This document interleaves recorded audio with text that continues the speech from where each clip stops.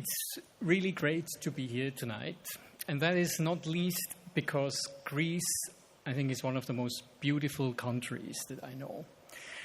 And that is not because of Greece's nice islands and many mountains and the wonderful climate we now experience this evening, but it's because of its people.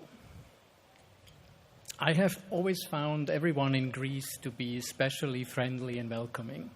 I think Greece is one of the most friendly and welcoming country and people in the world. And this is what I always found here especially nice. And so it's a great pleasure to be here tonight in Greece, and then in combination with The Economist, which is, of course, the greatest newspaper in the world.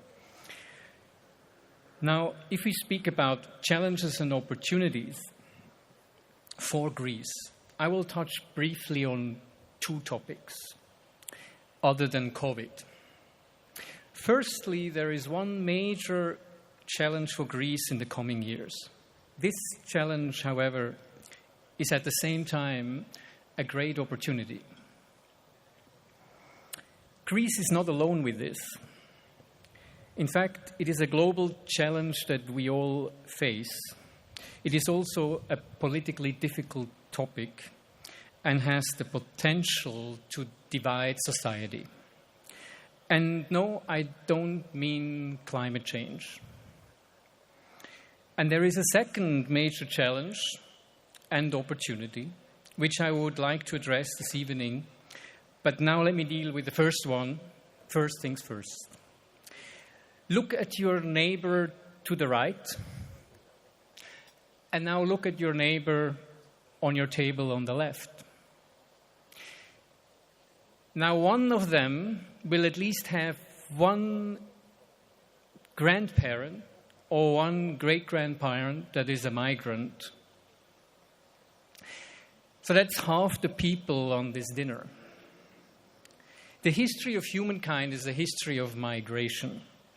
Anyone tracing the family tree needs to go back just a few generations to find ancestors leaving their homes to start again in a new place, often with nothing. This particularly defines the modern era.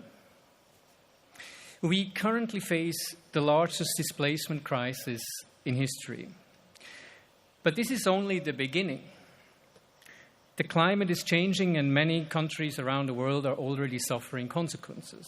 Moreover, the world is becoming more volatile, more conflicts are expected. Even the most optimistic view of the future suggests that in the years ahead, a very large number of people will migrate in order to survive. At the same time, we have an unprecedented and worldwide expansion of investment migration, affluent individuals who invest in other countries in order to become residents. With all of this, Greece is in a key position in several ways. Firstly, its geographic and historic situation makes it particularly exposed. Large sea borders, Turkey as a big and challenging neighbor. But it is also a very welcoming country with a long tradition of accepting migrants. Finally, it has developed one of the most successful investor immigration programs, which helps significantly to bring foreign direct investment to the country in recent years. If the policies both towards refugees and towards investors are improved, I believe Greece could benefit significantly.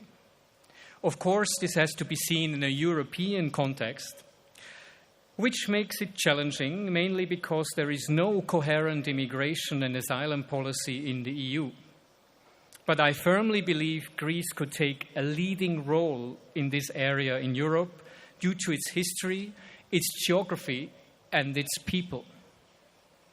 Particularly in Europe, we need more positive migration policies that deal with the global refugee crisis in a better way, and at the same time become much more attractive to international investors and talent migration.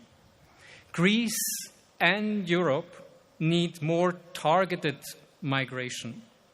That is a political challenge, but a tremendous opportunity. We need more, not less, immigration of people who contribute positively to society. Now let me move to the other topic briefly, something completely different. It also concerns us a lot in Europe, and particularly in Greece. And like migration, it is both a major challenge, but also an opportunity. And it is another internationally delicate topic, and one that actually has the potential to even divide the whole world. The Economist has always these really good charts that I really like, that are really right to the point. So let me show you one from the last edition of The Economist. If you can see this, I think it speaks for itself. You see here the trade with China and the United States since 2000 to today. In 2000, 25% or less in China. Today is the reverse. I don't think I need to add much to that.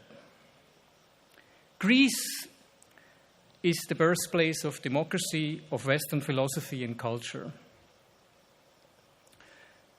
But we need to be aware that with what our values and views of the world are, we are not alone, and that China has an even longer tradition and history than we have in the West. With the Chinese buying the port of Piraeus and some other key assets in Greece, this country is particularly exposed to the Chinese global expansion strategy. This is a major challenge, particularly for smaller states like Greece.